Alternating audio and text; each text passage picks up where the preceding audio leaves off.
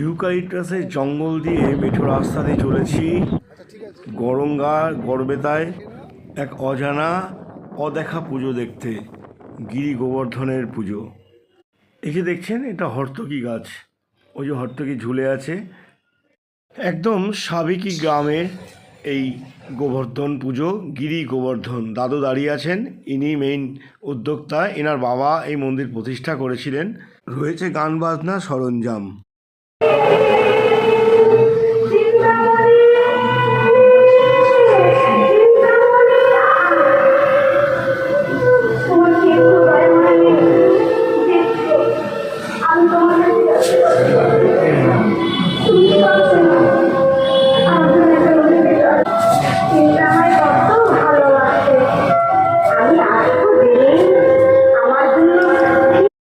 গোবর্ধন পুজো, গিরি গোবর্ধন, অর্থাৎ গিরিকে ধরে কৃষ্ণ ইনি গোবর্ধন সেরেছিলেন। গরুরও ব্যাপার আছে।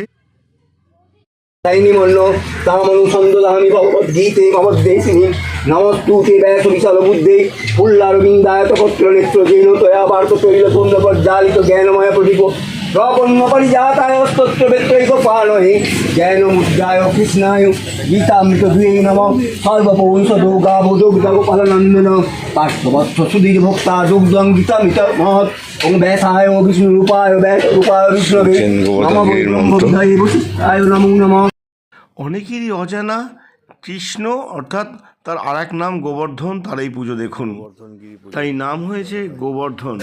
উনি এক হাতে গিরি ধরেছিলেন। পুরোটা কিন্তু গোবরের, দেখছেন এই গোবর্ধন গিরি নাম করেছে।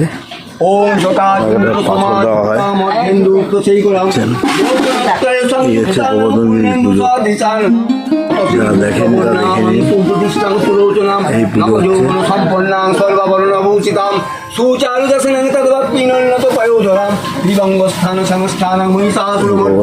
বৃন্দাবনের তুলসী বন যেন এখানে বিরাজ করছে। দেখুন তুলসী মা তুলসী বনে বিরাজমান, সঙ্গে রয়েছে গরুর দেবতা। কৃষ্ণকে পদ্মফুল নিবেদন করে এবার অর্থাৎ গরুর পুজো হচ্ছে। দেখুন দাদু করছেন, তার পুরোহিত মশাই করছেন পুজো। গরুকে খাওয়ানো হচ্ছে, কিন্তু দেখুন ও ভয় পাচ্ছে।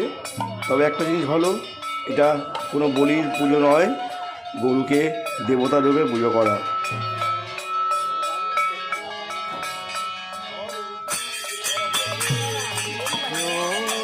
এরপর দেবতারূপী গরুকে ঘিরে প্রদক্ষিণ, সবাই মিলে গ্রামের মানুষ আনন্দে প্রদক্ষিণ করে যাচ্ছে। সঙ্গে রয়েছে উপাচার, এগুলোই ওকে নিবেদন করা হয়েছিল। এবার তাকে আবার খাওয়ানো হবে এগুলোই। এক নারী পুরুষ সবাই মিলে এক অনাবিল আনন্দে মেতে উঠেছে এই গিরি গোবর্ধনের পুজো। পায়ের তালে তাল মিলিয়ে চলেছে পুজো। এবার দেখুন গরুটি আনন্দে সযত্নে খাচ্ছে, অর্থাৎ তার ভয়টা কেটে গেছে, বলে আমার তো আর বলি হবে না। দেখছেন পুরোহিত মশাই এবং দাদু যাকে পুজো করছেন, ইনি এনার বাবা মা। এই মন্দিরটা এনারাই প্রতিষ্ঠা করেছিলেন আজ থেকে প্রায় 40 বছর আগে। পুজো শেষে এবার প্রণামের পালা। কৃষ্ণ অর্থাৎ গোবর্ধন শুয়ে আছে, তাকে ভোগ নিবেদন করা হবে। এই ভোগ নিবেদনের পর গ্রামের যত মানুষ আছেন সবাই প্রসাদ গ্রহণ করবেন। এটা সন্ধ্যা আরতির বাজনা দিয়ে তাকে বরণ করা হবে।